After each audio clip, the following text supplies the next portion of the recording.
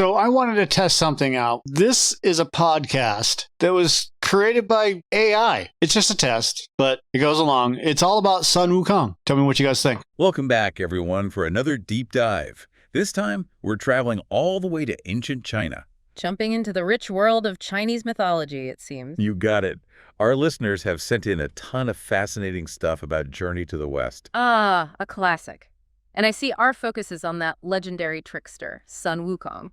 The one and only Monkey King. But looking at these sources, I'm realizing there's a lot more to him than meets the eye. He's definitely more than just a mischievous monkey. Exactly. So today, we're going beyond those familiar stories. Get ready to uncover the unexpected depths of the Monkey King. Where do you even begin with a character like this? Well, you could say his story is anything but ordinary right from the start. I mean, talk about an unusual birth. This isn't your average baby story. Forget silver spoons. This monkey comes into the world from a stone. And not just any stone, mind you. This one had been soaking up cosmic energy for millennia. Millennia. Seriously. How long were we talking here? Try since the Zhou dynasty. Imagine being a rock for that long. The text makes it clear this stone wasn't just sitting there doing nothing. It was absorbing the essence of heaven and earth, yin and yang, for centuries upon centuries. It's like he's a battery, charged up with the universe's energy for all that time. No wonder he bursts onto the scene as this totally superpowered being. It's an incredibly powerful image, and it actually points to a very important part of Taoist philosophy, the interplay of yin and yang. Those opposing but also complementary forces that are behind creation itself. And precisely. Yeah. And Sun Wukong, he embodies that duality from the very beginning. That actually explains so much about his mischievous side. He's impulsive, always pushing the limits, kind of overflowing with that yang energy. Oh, absolutely. But it's not just unbridled chaos with him. There's also that underlying current of yin, his capacity for learning, those moments where he actually reflects, and of course his ultimate quest for enlightenment. It's like this constant push and pull within him. Chaos versus order. Instinct battling against self-cultivation. Exactly. And that tension, that's what makes his journey so captivating. It reminds us that we rarely encounter those extremes in isolation, especially not in legendary figures like Sun Wukong. Speaking of extremes, this guy doesn't just achieve immortality once, he racks up quite a list of brushes with it. It's almost like he's got a subscription to cheating death. You know, it's true. And it's not just about him living forever. Each encounter with immortality, it's like a new layer gets added to his character, to the entire narrative. So it's not a one-and-done deal for the Monkey King. It's more like layers upon layers of immortality, each one adding to his legend. Think of it like this. One choice, one event leads to another.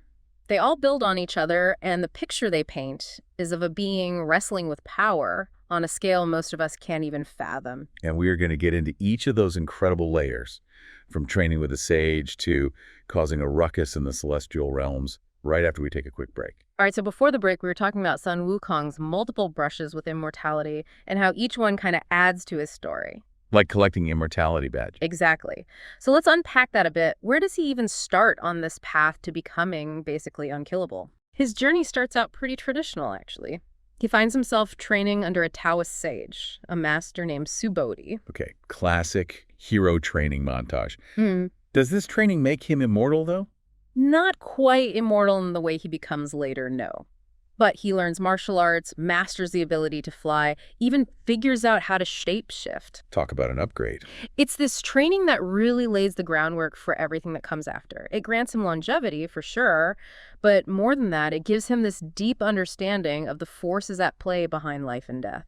And understanding those forces is definitely going to come in handy because, well, he kind of makes it his mission to challenge fate itself, right? That he does. Next on his to-do list, shaking up the celestial bureaucracy. We're talking a full-on bureaucratic nightmare. Hold on, how does he even swing that? Sounds bold, even for the Monkey King. Picture this. Sun Wukong travels all the way to the underworld and basically just erases his name from the Book of Life and Death. He just scratched it out. Pretty much. Oh, and he also takes the liberty of removing all the other monkeys from the book, too.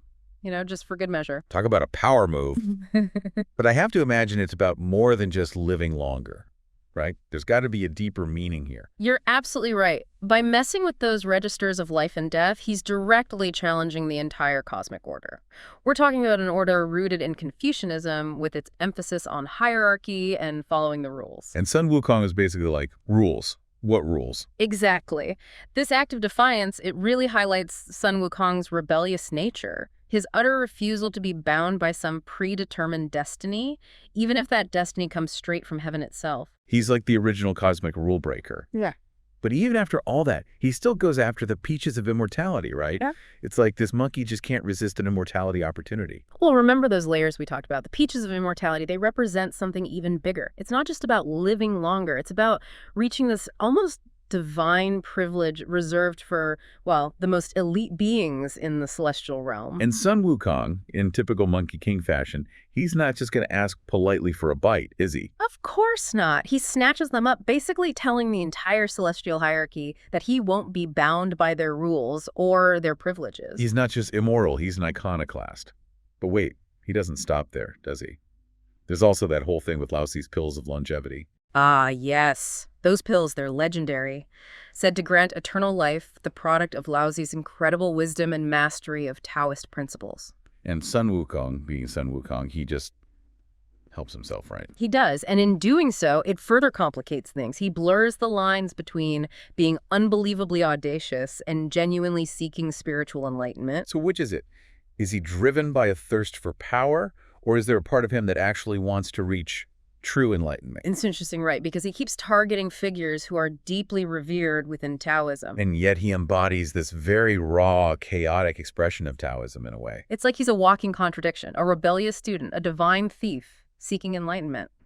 And here's the thing, those contradictions are what make Sun Wukong such a compelling, enduring figure. He's this fascinating bundle of opposites. All right, so we've got training with a sage, we've got bureaucratic chaos in the underworld, and we've got straight-up divine theft. It all adds up to one very immortal monkey. You'd think that would be enough, wouldn't you? You'd think so. But it's not all sunshine and peaches from here. This all leads to, well, that little incident where he gets imprisoned, right? Unfortunately, yes.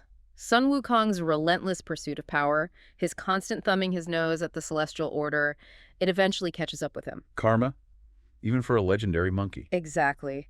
He ends up trapped, imprisoned under the weight of the Five Elements mountain. A mountain. A mountain. It's a stark reminder that even with all that power, there are consequences to his actions. A classic case of hubris, even for a character as extraordinary as Sun Wukong.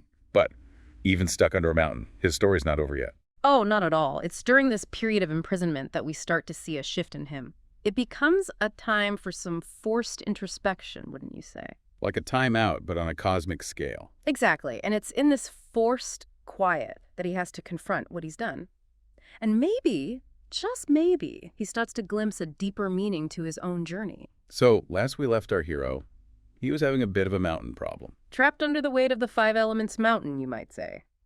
A stark contrast to the unbridled chaos of his earlier adventures. Definitely a change of pace.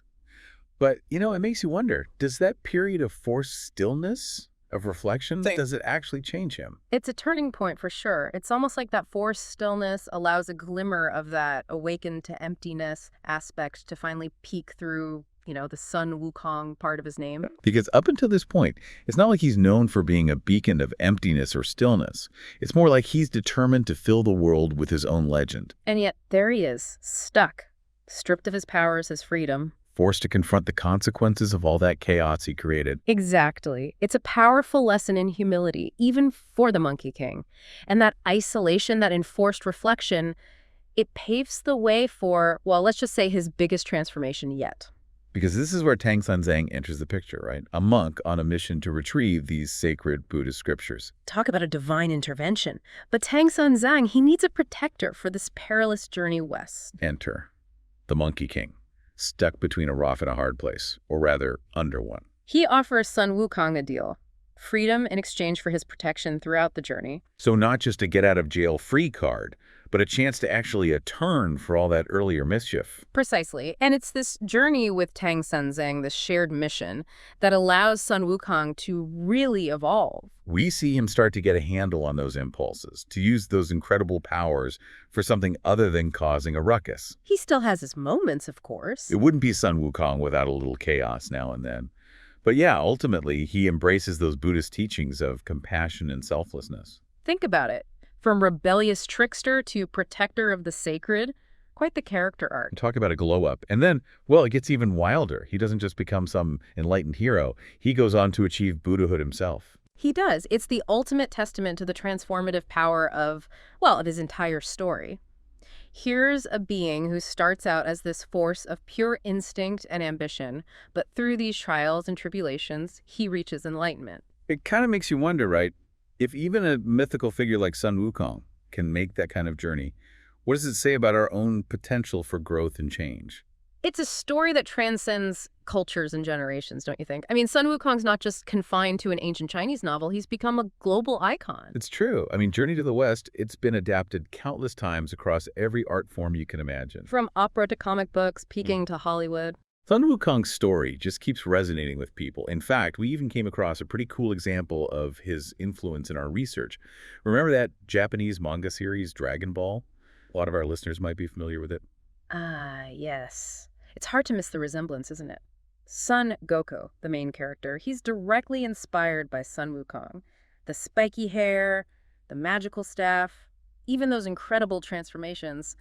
It's a direct line from the Monkey King. From ancient China to modern-day manga, Sun Wukong continues to capture imaginations. I think it's safe to say we've definitely gone beyond the surface today. We've explored his complex origins, his rather interesting relationship with power and immortality, and of course that incredible journey from rebellion to redemption. And we've seen how that journey continues to inspire people all over the world. It's clear that Sun Wukong, he's so much more than just a mischievous monkey. He's a symbol of our own potential for transformation, a reminder that even within chaos, there's a spark of something extraordinary just waiting to be awakened.